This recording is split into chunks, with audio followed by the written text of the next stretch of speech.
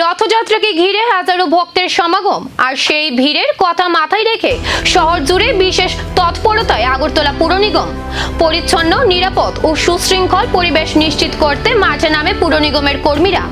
পবিত্র রথযাত্রা উপলক্ষে রাজধানীর বিভিন্ন মন্দির চত্বর, রথযাত্রার রোড এবং গুরুত্বপূর্ণ এলাকায় বিশেষ পরিচ্ছন্নতা অভিযান চালানো হয়।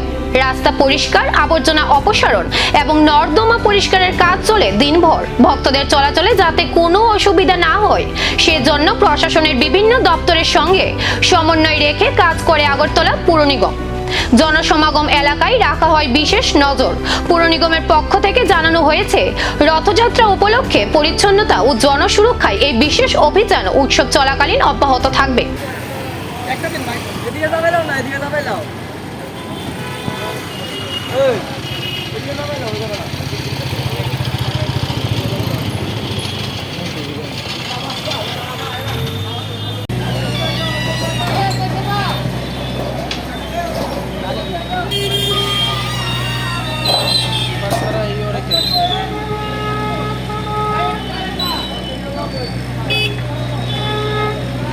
রথযাত্রার ভিড় সামলাতে প্রশাসনের প্রস্তুতি কতটা কার্যকর হবে তা নজরে থাকবে উৎসবের পরবর্তী দিনগুলোতেও।